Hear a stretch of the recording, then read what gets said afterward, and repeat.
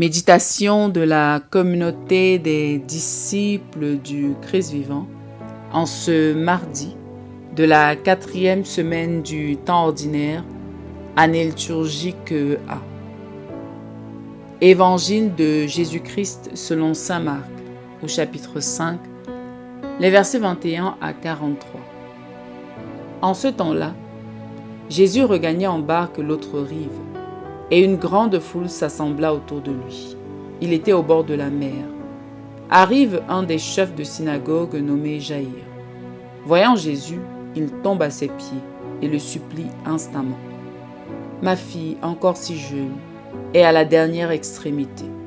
Viens lui imposer les mains pour qu'elle soit sauvée et qu'elle vive. » Jésus partit avec lui, et la foule qui le suivait était si nombreuse qu'elle l'écrasait. Or, une femme qui avait des pertes de sang depuis 12 ans. Elle avait beaucoup souffert du traitement de nombreux médecins et elle avait dépensé tous ses biens sans avoir la moindre amélioration. Au contraire, son état avait plutôt empiré. Cette femme donc, ayant appris ce qu'on disait de Jésus, vint par derrière dans la foule et toucha son vêtement. Elle se disait en effet, « Si je parviens à toucher seulement son vêtement, je serai sauvée. » À l'instant, l'hémorragie s'arrêta et elle ressentit dans son corps qu'elle était guérie de son mal. Aussitôt, Jésus se rendit compte qu'une force était sortie de lui. Il se retourna dans la foule et il demandait « Qui a touché mes vêtements ?» Ses disciples lui répondirent « Tu vois bien la foule qui t'écrase et tu demandes « Qui m'a touché ?» Mais lui regardait tout autour pour voir celle qui avait fait cela.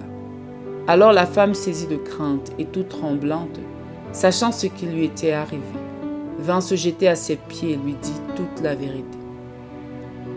Jésus lui dit alors, « Ma fille, ta foi t'a sauvée, va en paix et sois guérie de ton mal. » Comme il parlait encore, des gens arrivent de la maison de Jaïr, le chef de synagogue, pour dire à celui-ci, « Ta fille vient de mourir.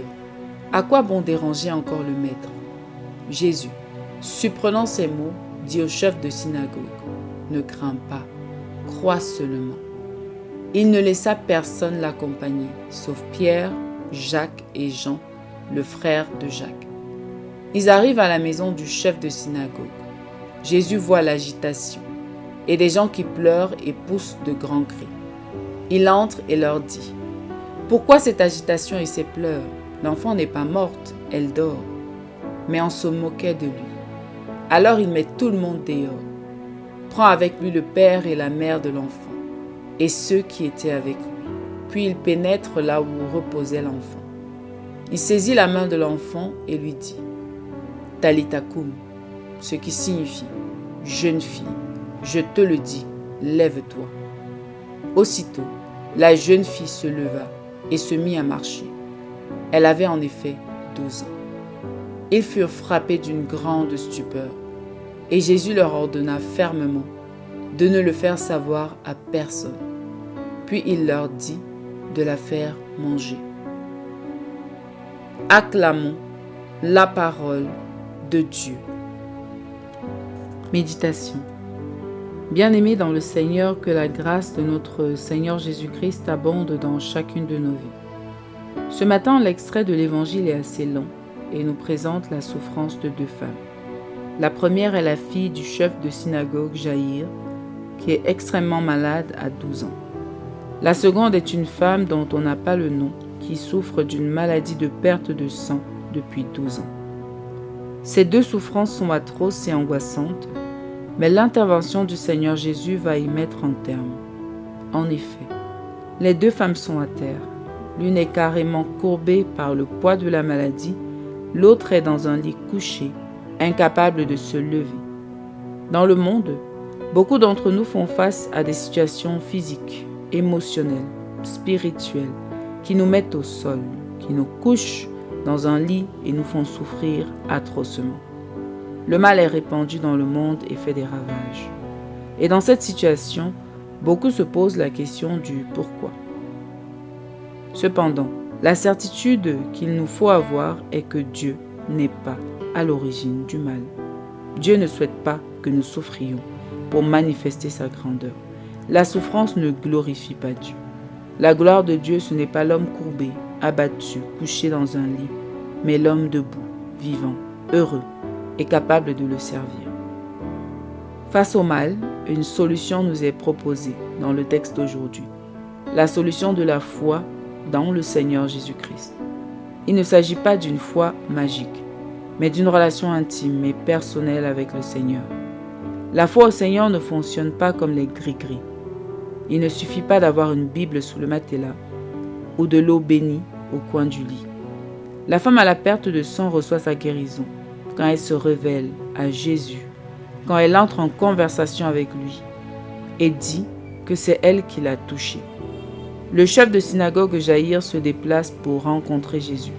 Il marche avec lui confie ses angoisses, mais aussi sa foi inébranlable en la capacité à Jésus à sauver son enfant. De même, nous aussi, osons nous approcher du Seigneur dans le malheur et même avant, avec foi, pour demander son secours sans douter un seul instant qu'il agira certainement. Ça peut être immédiat comme dans le cas de la femme à la perte de sang, ou alors il nous faudra de la patience comme dans le cas de la fille de Jaïr. Parfois également les événements, les avis des gens peuvent essayer de troubler notre foi. Mais concentrons-nous sur Jésus qui nous dit « Ne crains pas, crois seulement ». C'est à ce prix qu'on verra la gloire de Dieu. Revenons donc en nous-mêmes. Avons-nous déjà fait face à une situation de souffrance extrême? Quelle est notre réaction dans ce cas? Comment réagissons-nous lorsque les autres souffrent autour de nous? Sommes-nous de ceux qui encouragent leur foi ou alors de ceux qui les troublent et les désespèrent? Prions. Seigneur, toi dont la gloire se manifeste dans le vivant, toi qui aimes nous voir debout, heureux, épanouis et te servant librement. Donne-nous la grâce de mettre toute notre confiance en toi, particulièrement dans les moments d'épreuve et de souffrance. Intercession. Nous te prions pour tous ceux qui sont atteints d'une maladie rare et difficile à soigner. Donne-leur de trouver en toi la force et la guérison. Maman Marie, intercède pour nous. Exercice spirituel. Aujourd'hui, confions une situation qui nous courbe au Seigneur ou qui affecte quelqu'un autour de nous. Loué soit Jésus-Christ à jamais.